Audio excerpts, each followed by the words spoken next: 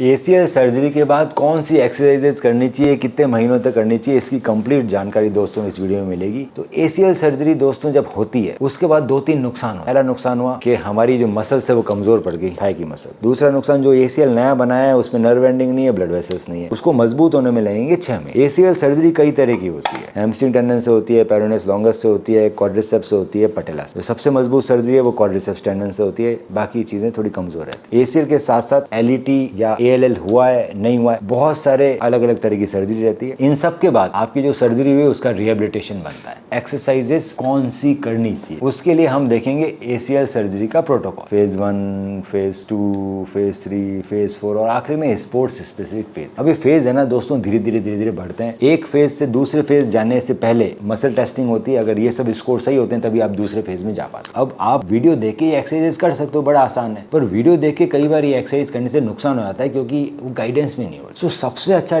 ये रहता है कि आप हम लोगों को कांटेक्ट कर सकते। मेरे पास एसीएल रिहेबिलिटेशन की पूरी टीम, हम आपको ऑनलाइन एसीएल रिहेबिलिटेशन सिखाएंगे एवरी वीक। तो जो वीडियो है इसमें जो एक्सरसाइज करनी है वो आप देखते रहिए, वो आप करते रहिए, साथ साथ में आप गाइडेंस भी लेते रहिए। गाइडेंस लेने से क्या होगा, गलत एक्सरसाइज नहीं करोगे, आपको रियल टाइम चेक कर पाएंगे एक्सरसाइज सही चल रही गलत चलिए। पर एक्सरसाइज धीरे धीरे हर वीक हमें बढ़ाते रहने हमें सारे फेज कंप्लीट करने। उन सारे फेज कंप्लीट नहीं अगर करते हैं तो क्या नुकसान हो सकता है। पहला नुकसान हो सकता है कि जो सर्जरी के बाद जो पटेला है वो माल ट्रैक करता है, पटेला उठ के चलता है। जनरली एसीएल सर्जरी के बाद मसल कमजोर होने के बाद पटेला माल ट्रैकिंग, मतलब पटेला चिपक के चलने लगता है, वो घिसने लगता है, तो घुटने में खर खर खट खट की आवाज आती है और ग्राइंडिंग साउंड आने लगती है। नी में एंटीरियर पेन होता है, सीढ़ी चढ़ना उतरना मुश्किल आता है। तो इसके अलावा जो एसीएल जो टूटा था वो जब नया बना है तो टेंडन से बना है। अब टेंडन में ना तो नर्व एंडिंग है ना ब्लड वेसल से, तो नर्व एंडिंग ग्रो नहीं करेगी अगर हम लेट रिहेबिलिटेशन नहीं करेंगे। अब लेट रिहेबिलिटेशन दोस्तों कम लोगों को आता है इंडिया के अंदर। हम आपको पूरा लेट रिहेबिलिटेशन, अर्ली, मिड और लेट हम ऑनलाइन सिखा सकते हैं। आप अपने घर पे एक्सरसाइज कर सकते हो, गार्डन में एक्सरसाइज कर सकते हो, जिम में एक्सरसाइज कर सकते हो। उसमें कौन सी एक्सरसाइज करनी है, उसको कैसे कैसे बढ़ाना है, उसमें हम गाइड कर सकते हैं। अगर आपका एसीएल टूटा हुआ है और आप जानना चाहते हैं कि सबसे अच्छी सर्जरी